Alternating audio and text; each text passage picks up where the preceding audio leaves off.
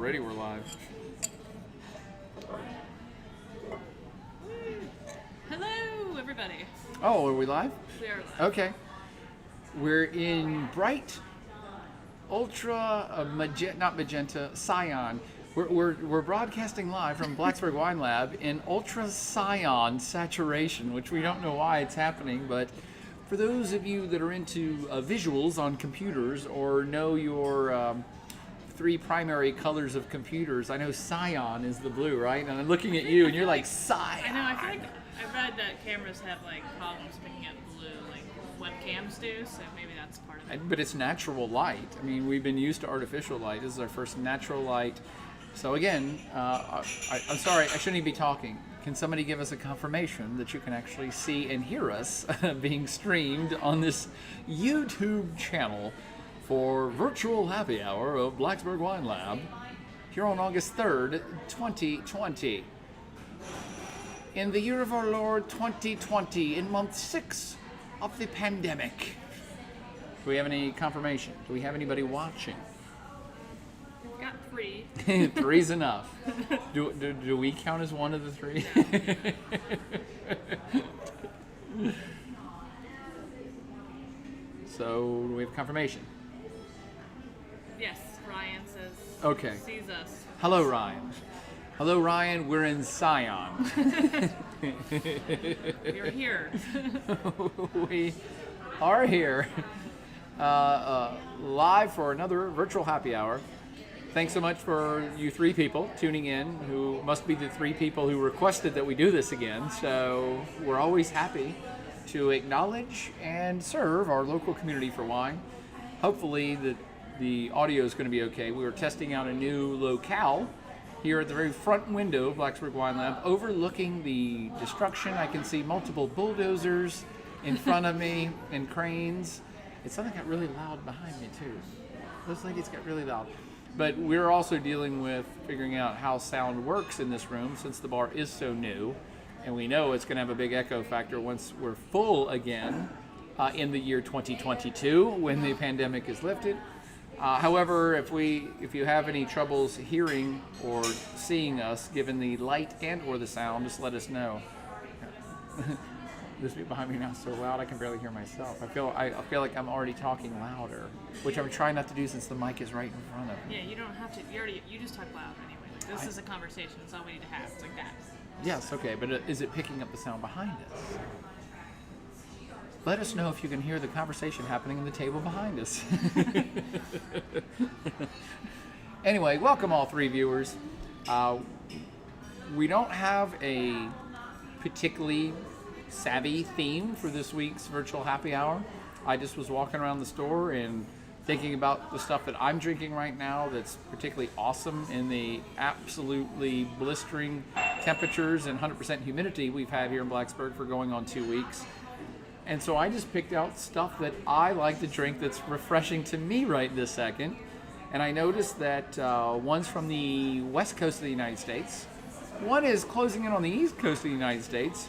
And then if you jump across the Atlantic Ocean, one's on the coast of Portugal. So we call this the coast to coast ...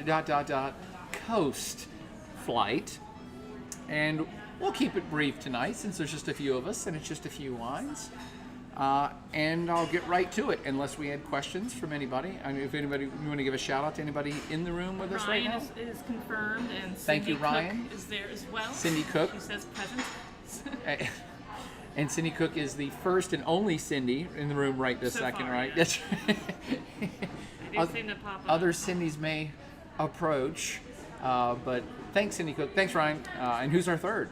Anonymous? An anonymous viewer. So, if anybody has any questions, of course, feel free to fire them off as we go through. I just really love these 3 wines that we have picked out, and for no particular reason. None of them are stylistically similar. None of them, obviously, are from the same state or country. None of them are from the same type of terroir. None of them are even from the same type of climate. I just love each of these wines on their own merits for their own particular styles, particularly getting them nice and icy cold, or at least for 2 of them, And the third one I really, really, really love on its own, but also with food. Actually, the Fazeo could go with any food as well. The Carm I don't have a whole lot of experience with, but let's go ahead and launch into it, shall we? Our first one of the night. I'm probably mispronouncing. I call it Fazeo, which is the name of a bird. Yeah, I know. Can you? That's probably going to bleach it out even more. Oh, there it's focusing. It's focusing. Yeah. There's a picture of a bird on it, and it's the Portuguese name for this particular bird, which I learned from the little printout you just made for me, is a pheasant originally from Southern Asia, Southeast Southern Asia, imported into Europe many moons ago, and apparently they must like it there because they named their wine after it. More important than the name of the wine is the place it's from. This is a Vinho Verde wine. You don't have to speak Portuguese to probably figure out the translation on that one, and it's green wine. Is it called green wine because you drink it on St. Paddy's Day? No, it actually doesn't have much of a cast of color at all. And this one is almost clear. It's almost very appealing, this wine, because it's almost like water. When you get it super cold, it's a thinner body, thin color, almost transparent, and actually, to me, the color makes it more refreshing somehow. What's the ABV on this one? I think 9%, maybe 10%. 9 or 10% is a typical Vinho Verde. And so, well, if green wine is not so named because of the color of the wine itself, what is it named for? It's named for the fact that you usually pick the grapes very early on in the season, made almost exclusively from white-skinned grapes. It makes this very light wine, and you pick the grapes basically when they're green, that is almost underripe, the same way that you would pick a green apple and call it a Granny Smith. I think I've mentioned this in another podcast. You do know that Granny Smith is not a particularly genetic derivation of apple. It's just an underripe apple. So when you, the Granny Smith variety, you pick before it turns red, because if you leave them on the tree, they'll eventually ripen and turn pink then red. So you pick it green. And I only tell that story because that's the way Vinho Verde is. And it's actually not a type of grape. It's not really named for anything except this style. So it's a DOC, or what is it in Portugal? Is it a DOC in Portugal as well? Denomination de origin? So it's actually the name of the region, which is indicative of its style. Every wine from this place is of this particular style. So it's the same as saying a Burgundy wine, or a Bordeaux, or a Chianti. It's the name of the region, and it's also telling you the style of the region, all in one or two words in this case. So the grapes that are in it, I'd have to go get that printout you gave me. It's got 3 or 4 or 6 different Portuguese, old school Portuguese grape varieties in it, none of which I know. Well, there's 3 in this one, but for Vinho Verde, there's Vinho Verde in general is 5, 6, 7 different grapes, none of which you've ever heard of. And I'll just mention the few that are in this one. This one, the varieties of grape in this are Arinto, never heard of it, Trajadura, because J is an H sound, right? In Spanish and Portuguese, Trajaduro, and Loreiro. Never heard of them. The only grape that you might have heard of that can be in Vinho Verdes and can come out of this region is Alvarinho. Alvarinho, H-O at the end, Alvarinho, which if you go across the border into Spain, into Galicia, they call the same grape Albarino. You might have heard of Albarino, right? So of all the grapes in this particular DOC, the only one you may have familiarity with is Albarino. That particular grape doesn't happen to be in this bottle. But let's drink this wine, now that you know what Vinho Verde is all about. Oh, where it's from. Oh, by the way, Vinho Verde, the region, is the northernmost, the northeasternmost quadrant of Portugal. I mean, it's pretty much Spain. It's way up there north. So let's take a sip of this, and then I'll tell you a little bit more about why they came about with this particular style, not just in Vinho Verde, but if you go across the border into Galicia, Spain, they have very similar climates and very similar stylistic wines as well. Let's take a taste, shall we? And I'm going to go, I love it's the screw cap too, and it's wildly affordable. There's just no downside to this wine, especially in summertime. A little more? Sure. As soon as we started podcasting, this room got 10 times louder. I swear to God. People hear us. Oh, look at that, by the way. Spritz, yeah. It's got a bit of spritz. You can't see it too good in there. Maybe you can, but there's actually bubbles forming in the bottle. Maybe in your glass, you see little bubbles. It has a little bit of spritz to it that I love that little bit of effervescence. It's just so nice. Oh yeah, if you swirl the glass really hard, the bubbles just kind of form right up. Oh.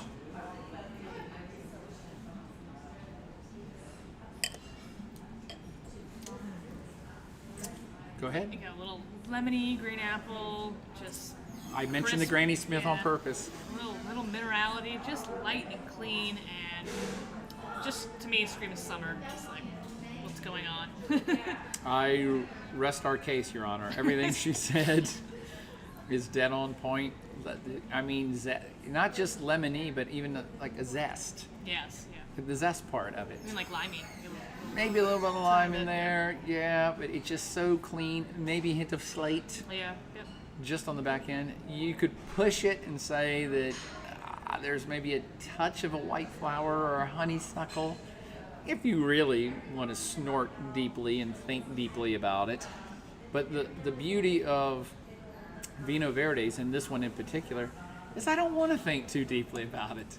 They're just refreshing, and they got this great zing of acidity, which brings the crispness and the palate cleansing pleasure.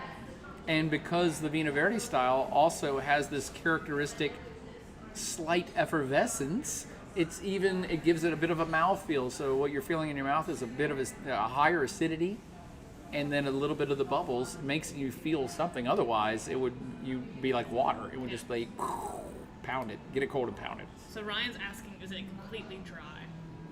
And I would say yes. Mm-hmm. Oh yeah. Katie asked about what the ABV was. What's ABV stand for? Alcohol percentage. And since But what's the then? Alcohol by volume. By There volume. you go.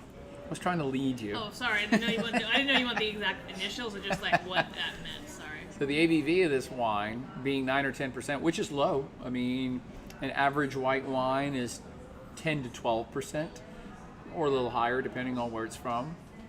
The average ABV of a red wine is 14, 15, 16, depending on what grape it is and where it's from. So 9% wine is fairly low. It's on the low end of the white wine spectrum for ABV. And I only bring that up because you asked if it's dry. When you harvest things early, when they're green, they don't have as much sugar. So the longer you let the grapes stay on the vine, the more sugar they accumulate. Well, I already told you, they harvest these things early. So they don't start with a lot of sugar.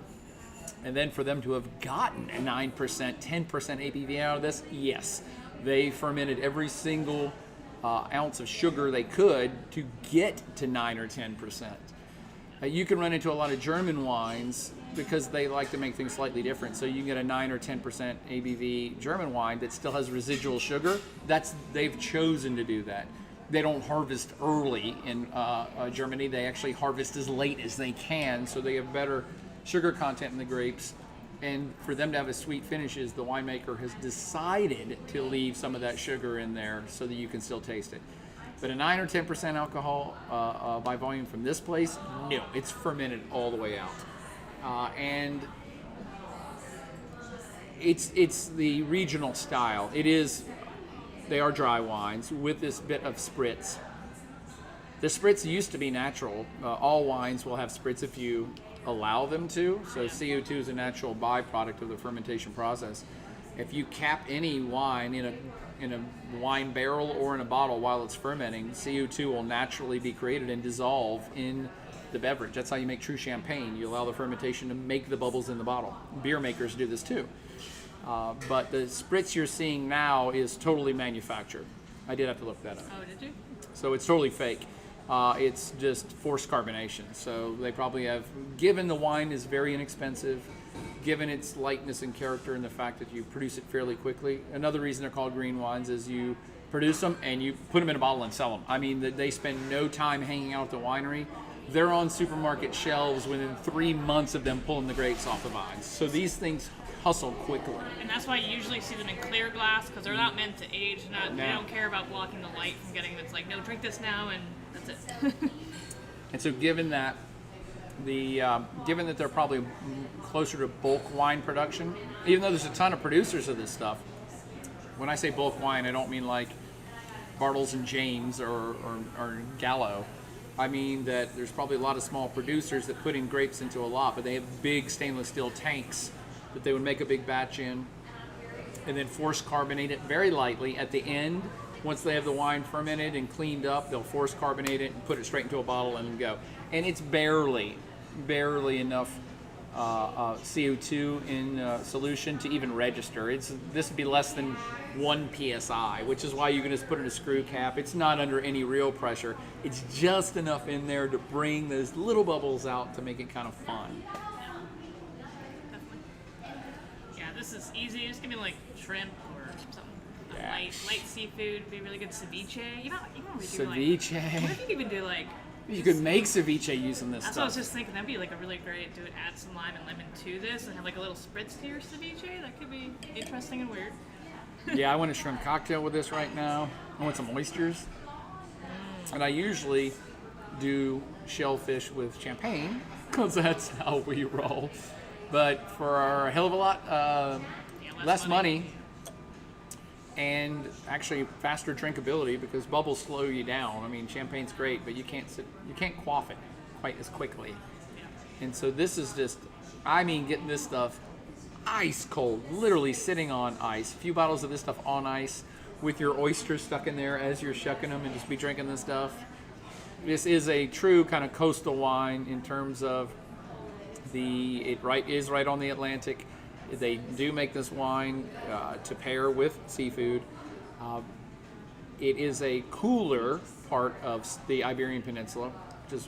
I wanted to bring that up to bring it back to the certain terroir of this place and why they make green wines. Because when we think of Portuguese wines or Spanish wines, a lot of us, I think of kind of the high plains of La Mancha and dusty, dried out areas, and more Mediterranean climate down in the south part of the Iberian Peninsula that's drier.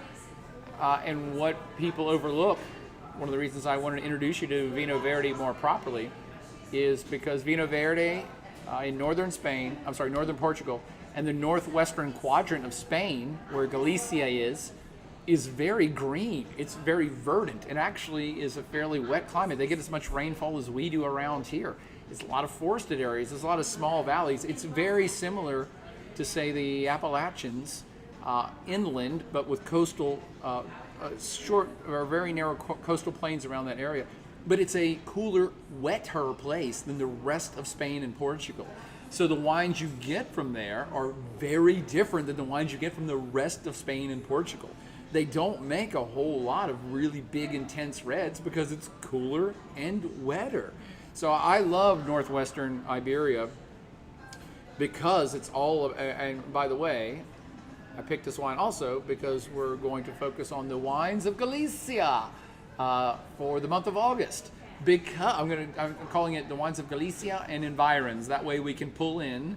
Galicia is the northwesternmost quadrant up in Spain, all coastal, and the climate is very similar to Vinho Verde. So I'm saying Galicia and environments because I want to pull in Vinho Verde and maybe some other places in northern Spain that have this very distinct, different terroir / climate / biome than the rest of the place.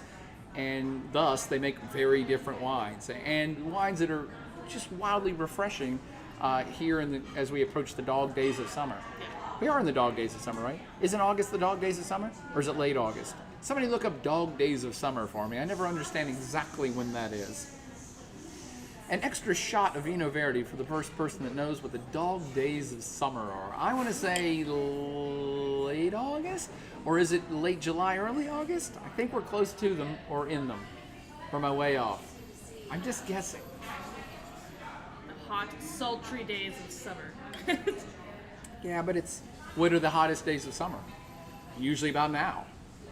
Literally, it says dog days started on July 22nd and end on August 22nd. Like, there's set dates or something. Like, Called a Wednesday to a Saturday. I called it. We are in the dog days of summer, my I'm friends. not really sure the logistics of Google telling me Who knows? these exact dates, but sure. Anyway, any questions about Vinho Verde, about this Fazeo, great little wine, Galicia, the wines of Galicia that will be upcoming very soon for our region of the month at Blacksburg Wine Lab, or should we just jump to the next one?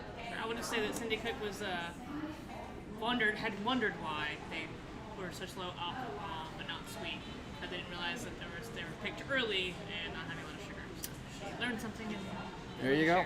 And again, I always like to tell the Granny Smith apple story, because the reason we like Granny Smith is because they have sweetness. Granny Smith apple still has sugar in it, but it's early. It's an early picking, so it doesn't have the maximum amount of sugar in it like a red apple would, especially an overripe red apple. And what happens with fruits, with temperate fruits, anyway, is that they grow to a certain size. Grapes, apples, peaches, whatever. They grow to a certain size and then start a slow matriculation of sugars, right? And they'll keep getting a little bit bigger. They start, any fruit will grow to a certain size and be green. Then it enters another phase where it starts accumulating sugar, and the growth slows, but it gets bigger and bigger as it starts to swell with water and sugar. And then at some point it'll break off and that starts to deteriorate. That's when it's completely ripe and you want to pick it. But what happens during that same phase is, once it maximizes sugars, during the phase of maximizing sugars, it has a lot more acids. And so you actually sacrifice acids as sugars are being accumulated. I know that maybe sounds complicated, but the reason we like Granny Smith apple is because there's still a lot of acid there. It still has that great bite that kind of almost burns your teeth a little bit when it's young. If you let that ripen, all those acids go away. They soften or disappear or convert to other acids. And so when you bite an overripe red apple, you don't get any of that crisp bite, right? And the same thing happens with grapes. So it depends on when you harvest them. If you want to preserve more of the acids, you harvest them a little bit earlier. If you let them go too long, you burn up all your acids, you'll get a lot more sugar, but you might sacrifice the kind of acidic spine or the backbone of the wine itself. So grapes that are left on the vine a little too long and under certain climatic conditions, it makes a wine that we call flabby. So it lacks a little oomph, a little structure on the palate, and it gets you like, no, it's wine, and it tastes like wine, and it has alcohol like wine, but it's kind of meh. That's what happens under those circumstances. So the earlier you harvest, the more acid you'll have. The later the harvest, the less acid you'll have, and more sugar you'll have. Cool? Okay. How did I still end up with some in my glass? Hang on. You're behind. Let's move on to the next one, which I actually haven't drank for a month, but I remember when we tasted this out, because I rarely buy Rieslings. We rarely sell Rieslings in the store here. So It's like between like two ferns. We're between two ferns. There we go. Kind of can see it. Just something satisfying pretty about that label, Verde. too. It's a great label. I'm all about the pretty labels. That's what we're here. All we really care about is good labels.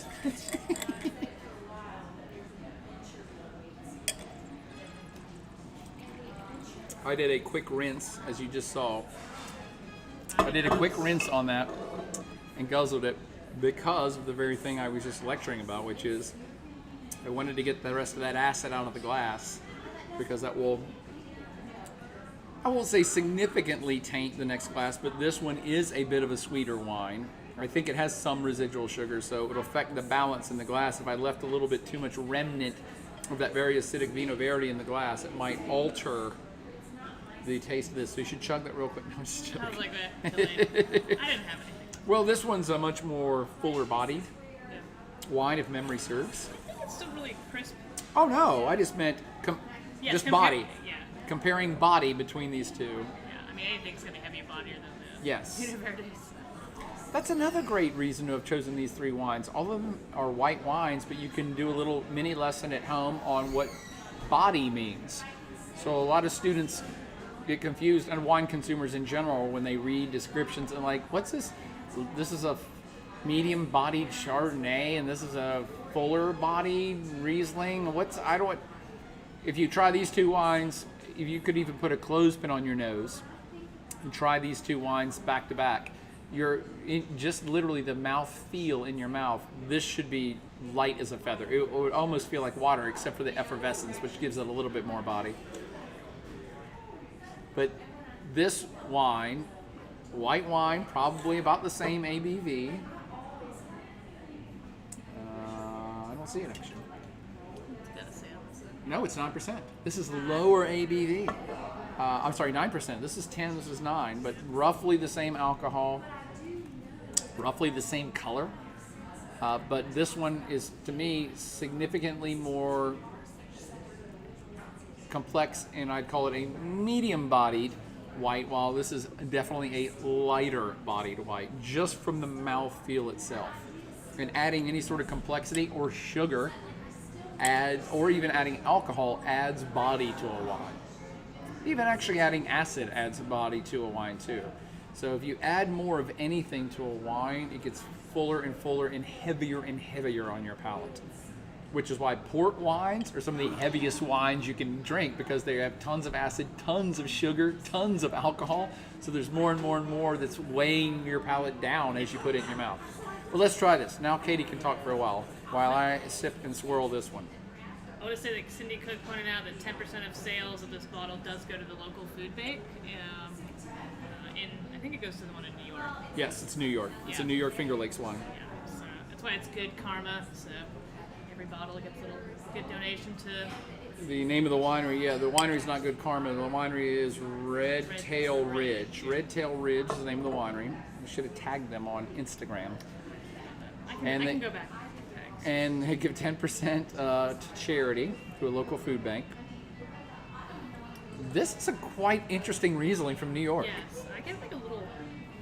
This is why we bought it. Yeah, hints. I love that hint of diesel. Yeah, I knew that's what you were gonna say. I love that. Like that's what they characteristically German Rieslings have, like a little bit of like. It's not gasoline. It's like a diesel. It's different. It's more like a mineral. No, it's petrol. It has petrol in the European sense, which is diesel. So I get a little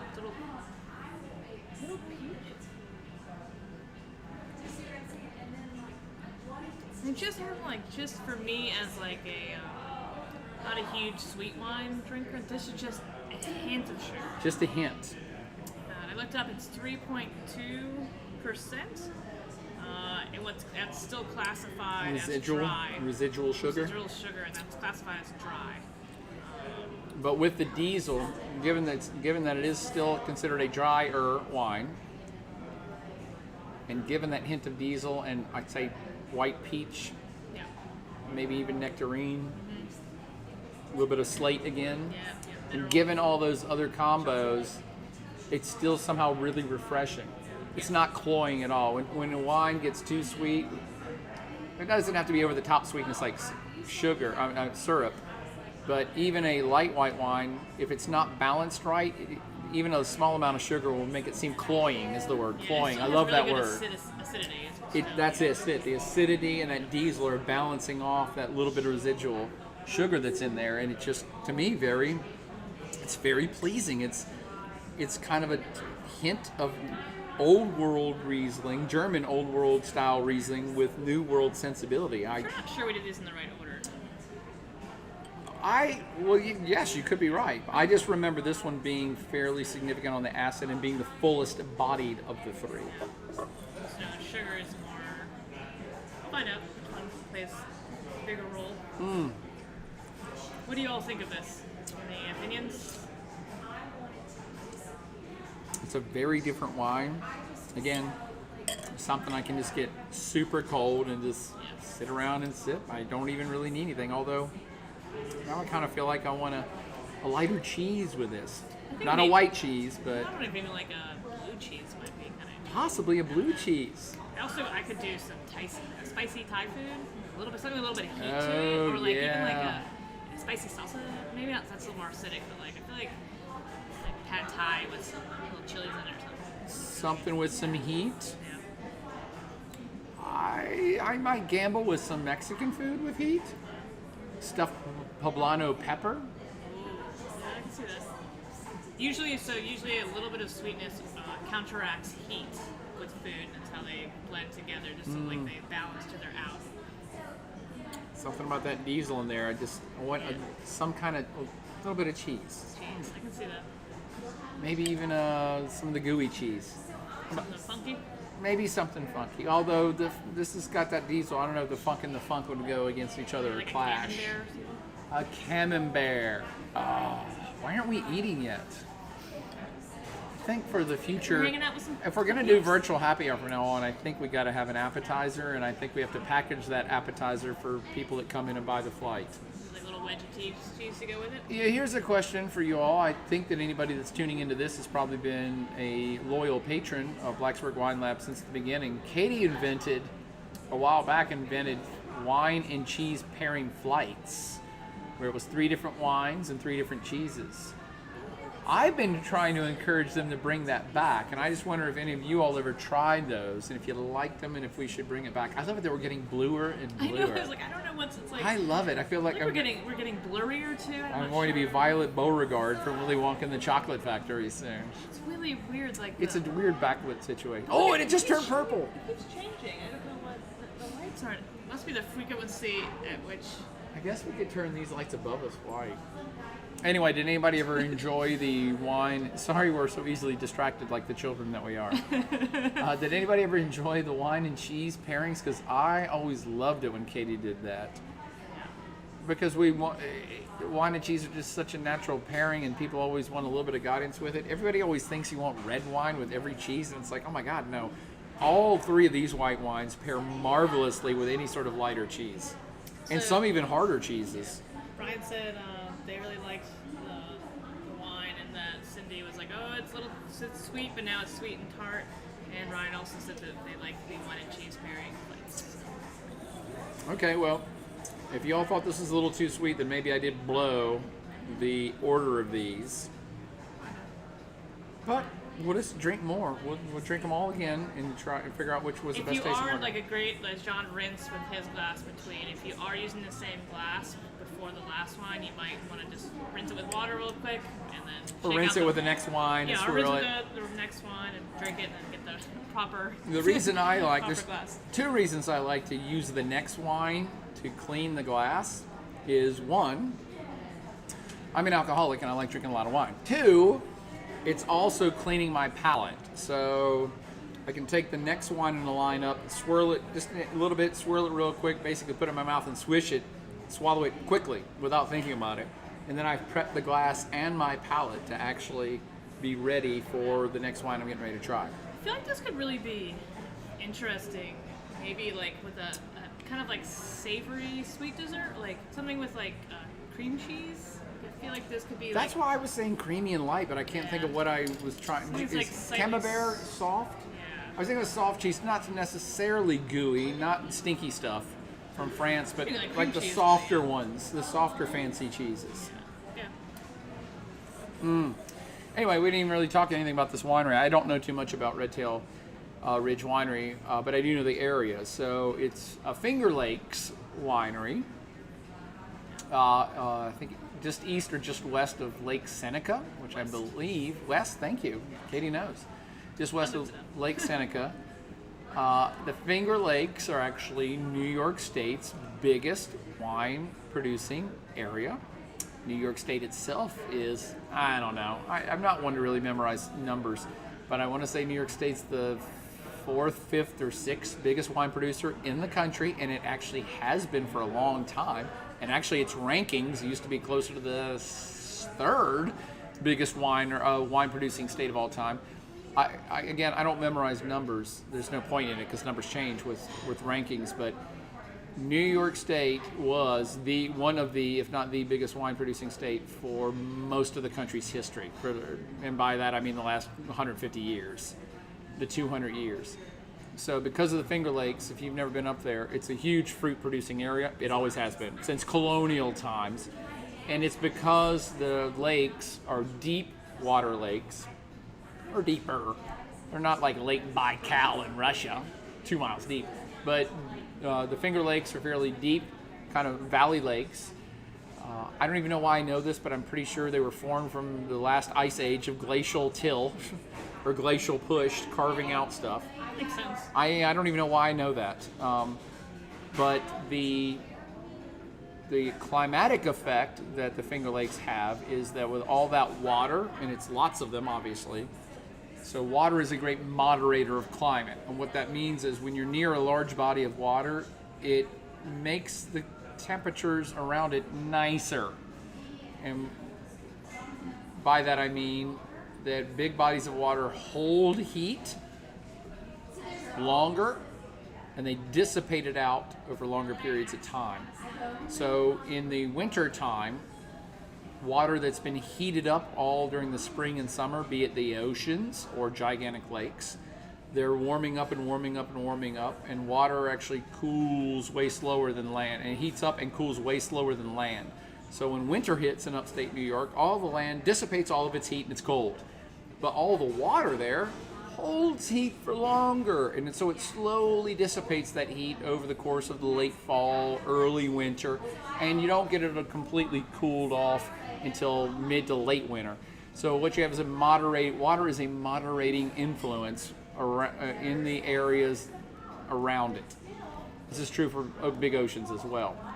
So Finger Lakes have classically been a great fruit production area because the climate is much more moderated than it should be for an area that far north.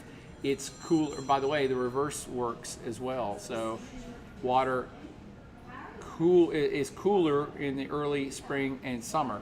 So it cools around its vicinity, and then in the winter it's warming around its vicinity. So it makes for much moderated temperatures, and so there's always been big fruit production in the Finger Lakes. By the way, Michigan is another huge fruit-producing area that nobody ever thinks about because the Great Lakes are all around it. It's way far north, but it produces a ton of fruit and a lot of wine. But I'm only going off on this rant because New York has classically been a huge, not just fruit, but particularly grape-growing area of the country. Back before there even was a West Coast, New York was a big wine-producing area. And typically was ranked number 1, 2, or 3 in wine production, depending on what year and century you're talking about. And it's only since the West Coast really exploded in the last, 50 to 100 years that now it's California, Oregon, and Washington State are always 1, 2, and 3. And New York was started to be knocked down the ranks to 4, and then maybe 5 because Texas is an up-and-comer now. Maybe it's number 6 for production. I don't know. But it's always been up there, and the Finger Lakes are a major reason why. So this is an area that wine production is not unknown to. Most of us, us older folks, have never really highly considered New York wines, much the same reason that a lot of people don't highly consider Virginia wines. And that is because most of their production in my lifetime, New York and Virginia, as they came into the modern era, were producing a lot sweeter wines, a lot of sweet wines. And New York State was producing a lot of native varieties and Lambrusco, Vitis Lambrusca, Concord grapes, stuff like that. So their industry was not particularly focused on what we consider kind of typical European-style drier wines until recently. And so in the last, 40 to 50 years, the Finger Lakes have really reinvented themselves and produced a tremendous amount of pretty good wine. And they're still overlooked because people are like, it's New York, what the hell am I They're trying to compare themselves to like the German they Rhine are. River, Yeah. Rhine River area. So, Given their climate, again, the climatic regime of being that far north, it's very similar to Germany. So it's not surprising they grow a lot of Riesling, which Germany does, and actually Riesling is the Finger Lakes' #1 planted grape, I'm pretty sure. But stylistically, it's also like Germany or Alsace or northern France in terms of what they grow and the types of wines they produce. So there's all that I just suddenly remembered. as we get into conversations, which is what wine's all about. Exactly. Any other questions about that one or comments before we move on? No. Where did Cassandra go? Here you go. This isn't going to be enough for me because I love this wine. You want to rinse? Yes. Okay. Rinsey rinse. There you go. Like the one time she steps away to use the restroom. It's weird, the light, the like color stopped flickering. It's now just steady. Must be something about the sunset.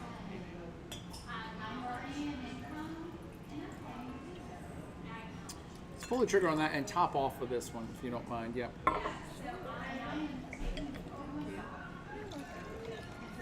Okay, that's good. It's amazing. Just like an arm, just like reaching. Yeah. No, oh yeah, come over here, Cassandra. Everybody knows Cassandra. Cassandra's in the house, but she's working. So, but you feel free to pour yourself one of these and tell us what you think before you take your big test tomorrow. Okay, our last lineup for today. I'm going to tell the audience what that test is about. It's kind of exciting. Oh. I'm sorry, I was trying to make a joke about testing. Oh, yeah. She's getting her big COVID test tomorrow. No, okay. she's not getting a COVID test tomorrow. What is the test you're taking tomorrow, Cassandra? The WSET, so Wine and Spirit Education Test. Wow, I didn't even know what that stood for. Level 1. Level 1. We just call it the sommelier test. Yeah, so Cassandra and if you know John Hall, another bartender, they're both taking the exam tomorrow. So For break level leg. level 1 of how many levels? 3? Is it only 3? I don't know. I think it's 3. But then how do you become a master sommelier of That's planet a Earth? different- That's a yeah, different, it's a yeah. French system or it's a different system within the United States? I actually don't know. I think there's a couple different ones. Yeah. There are several Sommelier. Yeah. there are several different groups that do testing, but the WSET is one of the bigger, more popular ones, I think. You So okay? yeah, we are now on. Oh yeah. On to the third wine. Sandy Chardonnay from Santa Barbara County. 2018. Santa Barbara County, the Santa Rita Hills, I believe, which is That was just a base level. the Santa Rita Hills, and I think Santa Rita Hills are an offshoot of the Santa Ynez Valley. I'm remembering all my facts. It's spelled Y-N-E-Z. I want to say Ynez. I don't know if that's actually how it's pronounced or not. So this is just called their Santa Barbara Chardonnay. Mm-hmm. It's the grapes come from Santa Rita Hills, Santa Maria, and Santa Ynez. Appalachians. Mm-hmm. This smells different than I remember.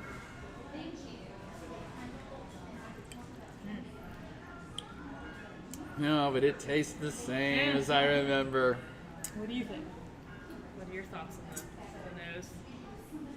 So I definitely smell a lot of the ochre woody notes. Yeah. And some grapefruit, pears or apples.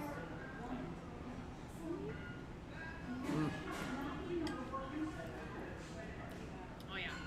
Actually smells a lot more to me this vintage. Have we had the 2018? I don't know. I'm not sure if we've had the 2016 before this, but yeah, I think it has a lot more woody notes on the nose, but on the palate it doesn't. That wood Yeah. is not there. It smells a lot more than it is to me. I'm getting something I can't put a finger on. I want to put it in the herbal category, or just on the nose. Some lightly, some sort of herbal or spice note that I can't exactly put a finger on. And I didn't mean to put anybody off, but when I smelled it, I said, this is not how I remember smelling it. Every vintage is different. So my memory, that's why I'm having trouble putting my finger on what I'm smelling, because I didn't get that in previous vintages. There's something a little more, again, it's just me, herbal or spice or something that's there that wasn't there before. And it's not bad, it's just different. But then the flavor, I don't get that on the flavor at all. Let's all give it a whirl. I don't know what that is.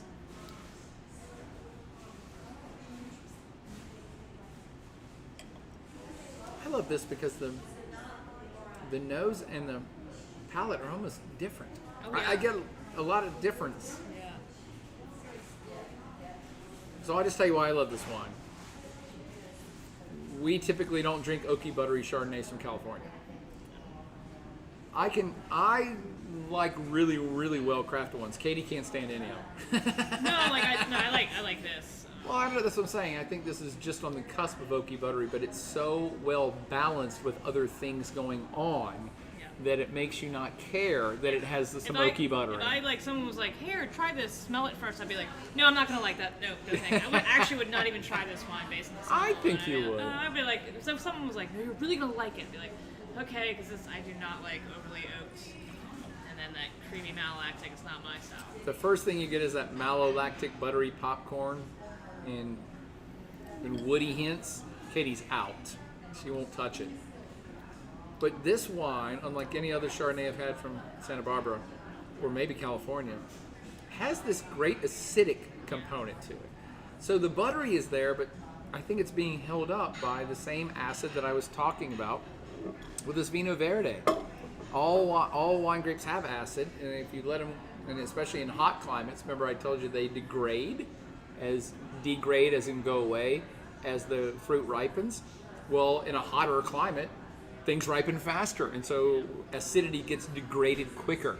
So that's one of the reasons why the same white wine, say California from a Chardonnay from California, is way more rounder, doesn't have that crispness compared to a Chardonnay from Chablis, France. In fact, those are two opposing styles because there's much more acid in a Chablis than there is in a California Chardonnay. But I love this Sandy because somehow the acid is still there, but it's not in your face. And I think it helps balance the oaky, buttery, malolactic components that California Chardonnays are famous for. And I also get this minerality. There's something slaty, schisty, stony, chalky, just a hint of it on the background.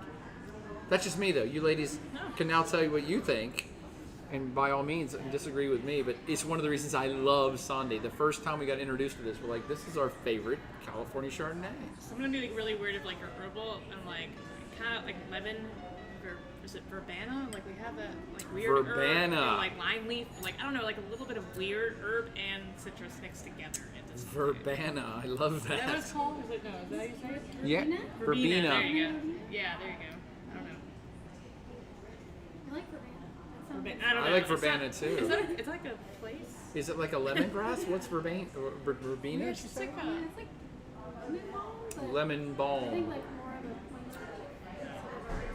I think we have it planted outside somewhere. I there. think so. But who knows? It'll probably be dying after it just got flooded with the torrential monsoon that hit here earlier. Cindy said she usually shies away from Chardonnay, but she likes this one. Us too, Sydney. That's why I put her on the list of things that I just like to sit around and drink in summertime. Although, we do typically have this during the wintertime too with lobster. Ugh!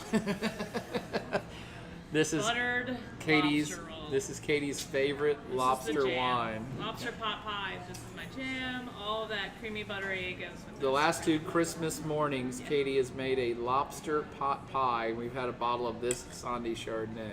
Before having to come here and work, it's been great. And actually, it's not even a pot pie. What do you call it? It's different because it's only a top, not a bottom. I call it pot pie.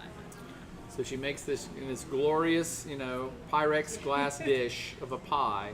There's no bottom on it. It's just basically a delicious, buttery lobster stew, but then with a buttery, thin crust on top of it. With this wine, I'm telling you, friends, there's no better way to celebrate the birth of Jesus. Jesus would approve. There's just no.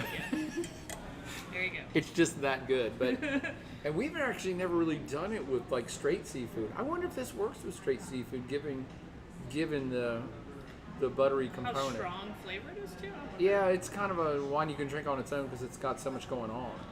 To me, it feels a little more like a chicken pairing too, like a chicken that's in a sauce. A white sauce, a Yeah, lighter like sauce. Yeah, like Mhm. a lemon cream or something like that. Yeah, there you go. Good too. I would eat ice cream that tastes like this. Well, it's got Look that at our creamy. new chef on it. He's gonna blend Well, it's got that creamy component. This isn't usually your style either. No, I think it's great. No, you don't like oaky buttery either, right? It's weird because you're like, so much oak. Oh, it's not there. Yeah, and again, we're raving about this wine because it's oaky buttery, and all three of you who are tuning into this probably know what oaky buttery means, and it is a style that's basically preeminently California Chardonnay. It's known worldwide. In fact, it's gotten so popular, the French winemakers are now making oaky buttery Chardonnay in France, which they've never done. And to me, it's one of those styles that got so hot, so fast, and it's still so popular that you can get so many shitty examples of it. I mean, just shitty. And because whatever the market will bear, and if oaky buttery is popular and hot, 1 million people are going to try to make it, and 500,000 people ain't going to do it well. So I'm not making fun of all the winemakers that make that style. There are some good ones. There's a reason why it got popular. But to me, it's a crapshoot anymore. Getting a California Chardonnay that you don't know personally already, you're rolling the dice because it's likely that it's going to be an overdone oaky buttery bomb that some people will say is the greatest wine ever, and some of us be like, this is so off balance, it's so unpleasant. It gets to be one-dimensional. If all you can taste is buttered popcorn.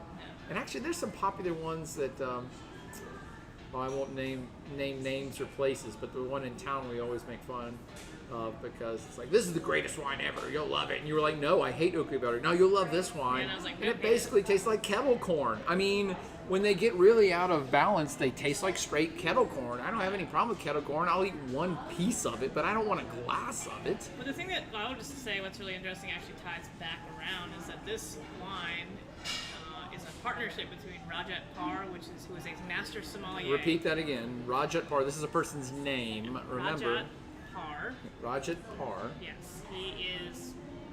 The master sommelier is the highest level that you can have, and there's only 50 or 75 in the world. It's a very limited group, and they all, pretty much all of them is like, you work in a hotel, you work in a Michelin-starred restaurant. They're all mostly service-based folks. It's very rare that you see them. Like everybody when he was like, I'm gonna work on starting a winery. Everybody was like, what? Like you get the sommelier, so you're like on the end of. I thought he was originally a chef. Not to interrupt you, wasn't he a chef? I thought he worked in some restaurant group in like Michelin-rated star restaurants as a chef. I thought he was first a chef, and then he loved wine so much he started becoming a sommelier. Yeah, and then it's just very odd in the industry to go to wine making. Usually you're pretty much wanting to love the finished product and rate the finished product. And he was like, yeah, I'm going to take my skill and go the other direction. And actually if you watch any of the Somme movies, Somme 3, his Pinot Noir is one of the ones that I love. So like wines he knows exactly what to craft for. That's why I think he was a chef originally. I think he's one of those people that has a master palate and he understands food so well. Then he fell in love with wine so much that he can really, and then he became a winemaker, so he can really craft things from different perspectives, which is pretty rare. Yeah, he's saying he was a food runner, and then. Oh, I take it back then. For some reason, I thought he was a chef. No, he was not a chef. He was wine director at restaurants, stuff like that. So his brother ran a restaurant. But yeah, he just he really is good at knowing what I'm gonna say. Like he's just really good at pairing that acid and balance. Yep. He is amazing of growing the grapes, figuring that out to get a very balanced wine. That's what I think is that skill at is really interesting. Oh my God, yeah. Also, Cheers. cheers on all that, and I Need a just little bit more splash. yeah, everybody needs another splash. Well, I just realized also that we're sitting here talking about oaky buttery and California oaky buttery, and let me give you a 60-second lesson for those that are still tuned in of what that actually means. And Katie has actually been saying malolactic. Yeah. You know what malolactic is now, right, Cassandra? Did you know what malolactic was 6 months ago? We have looked up a little bit for next week. There you go. Perfect. So I can teach you what malolactic is in maybe 60 seconds or less, even though I'm long-winded. So as I've now suggested, this has been a great happy hour because it keeps coming back. The lesson keeps coming back to the same place. Remember how I started on Wine 1 talking about acids? And so one of the primary acids, there's 2 primary acids in almost all wine grapes, and one of them is malic acid. What's the other one for red wines? Think about it. Look it up. It's another big one. Tartaric. There you go. She got it. So malic and tartaric are 2 of the biggest acids in wine grapes. Malic acid specifically is the one, again, I'm coming back around, that was what you taste in Granny Smith apples. This is almost like a planned lesson lecture. And so when you get that Granny Smith bite and it bites you back, that's malic acid. So what's a malolactic fermentation? Malic is a very strong acid, a very tart acid. It gives you that bite that we're talking about. Lactic acid, I wonder, lactic acid is a softer, milkier acid. And so a malolactic fermentation is a fermentation, but it happens after you've already made your wine. So your primary fermentation with wine is you're taking sugar and fermenting it into alcohol, right? But there's also some things that can happen with different yeast and actually bacteria. Bacteria can eat one thing and make something else. And a malolactic fermentation, I think it's bacteria, a bacteria that eats malic acid and creates lactic acid. It takes a strong, sharp acid and converts it into a creamy, milky acid. And it's softer and more supple. So when you hear this term, by the way, almost every single red wine ever undergoes malolactic fermentation naturally. It just happens. So that's why you don't have a lot of the acids you got in this or Granny Smith apple. You don't get those sensations in red wines. You get tartaric acid, which is a more puckering, mouth-drying sensation. So that's a different type of acid that behaves in a certain different way on your palate. But you don't get that malic bite from red wines because none of them have any malic acid. It's all been converted to lactic acid, which is softer and more supple. Most white wines don't undergo that. And if you think back to this Riesling we had, or even this, would you want this to undergo a malolactic fermentation that made for a creamy, soft, and supple acid? The wine would be flabby as crap. Especially the low. It'd be like a freaking beanbag chair. It would on your palate. It would be terrible. So most white wines, we want that malic acid to hold the structure of the wine and be interesting. Some white wines, though, it does benefit, and that's this one. So what California winemakers figured out is that, if we let this fermentation happen and actually accentuate it and let it burn up all the malic acid and turn it into lactic acid, and then we put it in a wooden barrel where it gets hints of vanilla and oak. Oh, this is a great flavor combination that people like. That's what we're talking about with the classic malolactic, oaky, buttery California Chardonnay. They're the ones that perfected that whole style. Malolactic fermentation does not work for all white wines. I'd say probably not most. Would you want Sauvignon Blanc to lose its sharp acidity for a soft one? Would you? That'd be another gross combination. You're like, no, don't do that. So you don't let Sauvignon Blanc do a malolactic. Ugh, it'd be terrible. It would lose its whole spine. But for Chardonnay, because Chardonnay is very flexible and can do a lot of different things, you can do it too. You can have a Chardonnay with no malolactic, and that's kind of more like a Chablis style, totally dry, acidic Chardonnay. Or you can do this to it, a totally creamy, oaky, buttery Chardonnay, and we kind of like it. That's the lesson. I'm sure I didn't make it in 60 seconds, but that's what malolactic's all about. And this particular wine from Sande does it better than anybody else, in my opinion. I haven't tried every wine on planet Earth, but these guys do it better than anybody else because they maintain the balance while they keep some of the other acids in place. So I think that's why they hold the structure of the lactic and the creamy and the buttery and the oak in place with a little stronger acid backbone that makes it quite delightful to me. And there's that minerality in it too. Yeah. I'm just like, I kind of want to try this wine again in a year because I feel like we liked I think it was 2016. I feel like we skipped a vintage that we got at the bar.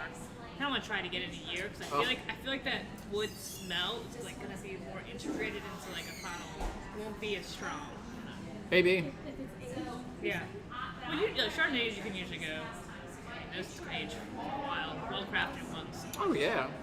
Oh yeah. We recently drank the 2016. I feel like in the spring. So. Really well crafted Chardonnays can age for years. Some Rieslings, by the way, in Germany can age for decades. I'm part of the problem. I always teach white wines. Most white wines, you drink them right now. You drink them as fresh as you can. This, drink it now. Yeah. Drink it the day they put it in the bottle. That day. It's going downhill after that. This wine, no, this might go for a while longer. This wine, no, that might go for a few years, or 5 years, or 10. And some classic European produced Rieslings that have very high acid and very high sugar can actually last, again, for decades. You think about Dr. Lucin products and other ones. You can get vintages, but going back to the 80s. So, what a great man! I wish we'd have recorded this. I need to put this it down. It's on YouTube, so it is recorded. I meant recorded my thoughts because I can never reproduce a lecture. Everything is just done ad I hoc. recorded your thoughts. That's true. I'll have to try to remember those thoughts. I can clip it. I can cut it These together. mine is so loud now. I can barely even hear myself. No, So I'm you're like, fine. what am I saying? The mic is great. Okay, good. This is a really good mic. Anyway, actually, it's right at like 8. That was our coast to coast to coast wine of no great reason. As John happenstance found out, kind of an acid lesson. And a lesson in acid. Totally unintended. That's what we do this for. Yeah. We do this for us, not you. Since I took the WSET class, I've been very hyper aware of acid and the mouth-watering effect that actually happens. So you can really tell the saliva in your mouth and like, oh wow, so much saliva in my mouth. I know it's kind of gross. No, that's awesome. But, so yeah, it's been a new thing for me to really pay attention to acidity. And So what would you rate this acidity level as official? I feel like it's not as high as a salt blanc, but I feel like it's pretty high compared to like a normal oaky California. Yeah. I totally agree. And not to beat the dead horse, but I think it's why we love this wine so much, is because it has the oaky buttery elements and it still has acidic elements, which is very rare. Usually those are opposites. And I feel like the acidity is what allows it to pair with food so well. Oh my God, Yeah, definitely. That's what you're like, oh, I needed that. I don't even know, what do we pair with true full-on oaky buttery Chardonnays from California anymore? I guess just like straight like pie, like butter, like lobster in butter with a buttered wine, basically. Just a stick of butter. Just a Deep stick of fried, butter. And then you just drink Chardonnay. So you don't put butter once with it.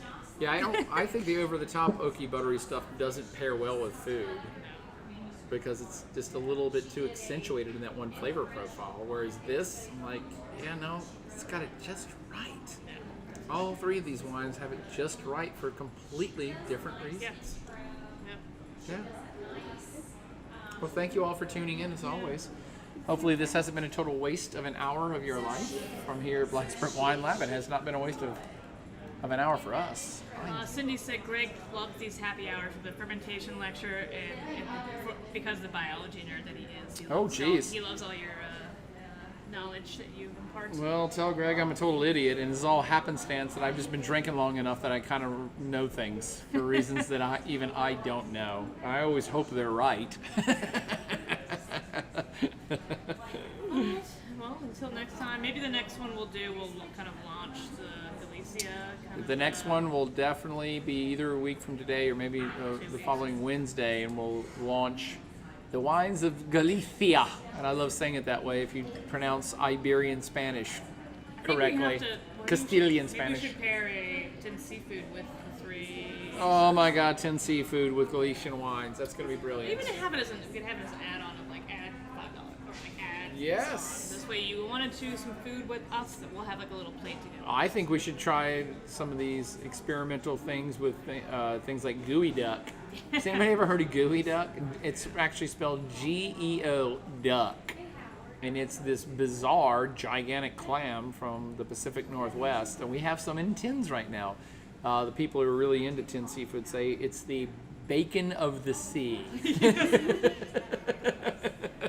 There's a piece of bacon riding the wave. It's a waves. gigantic clam, like this big. Look it up, geoduck, but I think it's pronounced gooey duck. Yeah. And I want to pair something with that. I think some sort of smoky ass Crozet or Hermitage. Anyway, we're going off point now. Galicia. The wines of Galicia of northwestern Iberia, which will include this one, will be the featured wines, the featured wine region of the month for August, the dog days of summer. Look how much you've learned here today. Here at Blacksburg Wine Lab. Thank you all as always. And as always, party on. I love this stuff.